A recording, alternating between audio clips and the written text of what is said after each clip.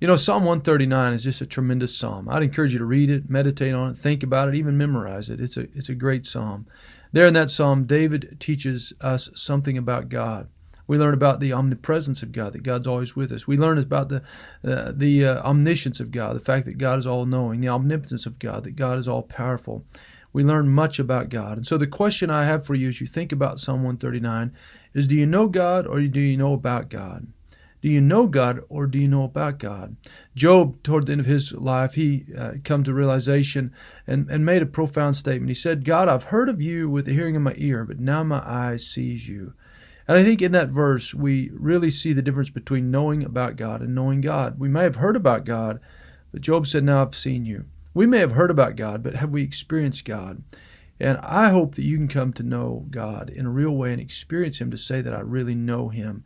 Psalm 139 shares with us 4 ways that we can really know God. And David explains these to us. The first one is that we are kept by God. In Psalm 139, verse 5, he says, you've enclosed me behind and before and laid your hand upon me. What a wonderful thing to know that God keeps us. He lays His hand upon us. He keeps us. He goes behind us. He goes before us. And so when we look ahead, there's God. When we look behind, there's God. The second way, we're led by God. We're led by God.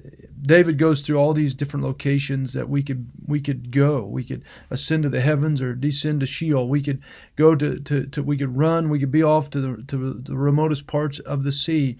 And David said, even there your hand will lead me and your right hand will lay hold of me. We are led by God. And so in our deepest, darkest moments, in our most depressing moments, in our most joyous moments, there God's hand will be to lead us as we seek Him and turn to Him. We're sustained by God. We're sustained by God. His thoughts toward us, we're told, are precious to us. We're sustained by God. We give thanks. We know we're created by God and He sustains us, and then we're delivered by God. David ends this psalm by asking God to search his heart, to know if there's anything wrong in his heart, anything is a bad idea, a bad thought, any anxiousness, any anxiety that weighs his heart down, any hurtful way in him. He says, God, search me and see if there's anything like that in my heart, and then lead me in the everlasting way. You know, I hope you can experience God this way. We're kept by God, led by God, sustained by God, and we're delivered by God.